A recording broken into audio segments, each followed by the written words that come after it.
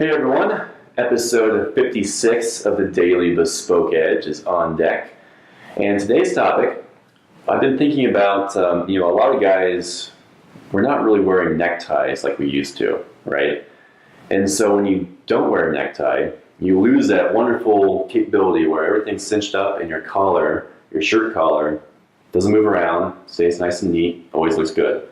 So when you remove that necktie, aside from having obviously more breathable shirts and just your outfit just feels more comfortable. But when you don't have that necktie, now the shirt collar can sometimes kind of migrate and maybe come outside of your jacket lapel. This was a good thing apparently back in the 70s, but today we don't really want that. And we don't want to constantly be fidgeting with our suit or our sport coat and making sure it looks good. We want to put on our clothes and forget about them. So there are three things that I think you can do to mitigate that potential for your shirt collar to kind of come out and do its own thing. So first thing, the shirt fabric.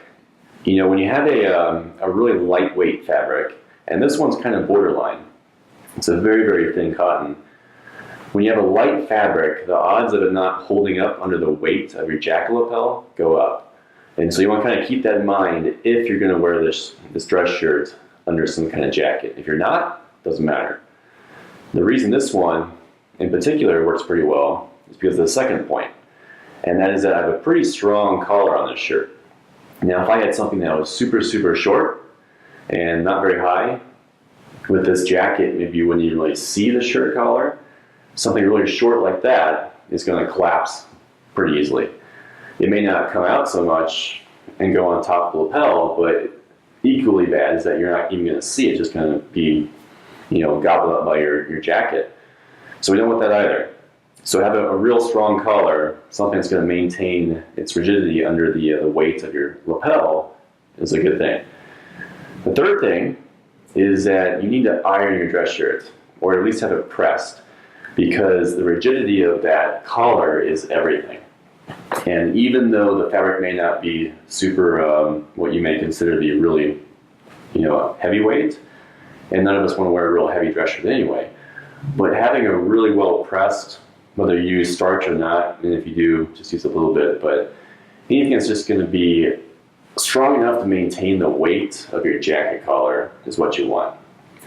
So, third thing, if you don't want to necessarily think about the jacket, or the shirt collar, make certain considerations on the fabric style, what you can sometimes do is get a button-down shirt collar. You've seen a couple of those, I think. I have a white one I wear a lot. And just a button-down shirt collar, easiest answer, right? It will never come out, well, unless you forget to button it. But the one thing about those, and we did an earlier episode on this, is that a button-down shirt collar makes a dress shirt inherently more casual. To the extent that it matters, it depends on your particular case and your particular style. But that's something to keep in mind. So, shirt fabric, get something pretty solid, and it's got to be a decent shirt. That's what it comes down to. Secondly, good shirt collar that has some integrity and will stand up under the weight of a jacket. And then thirdly, if you don't like the first two options, you can always get a button-down collar.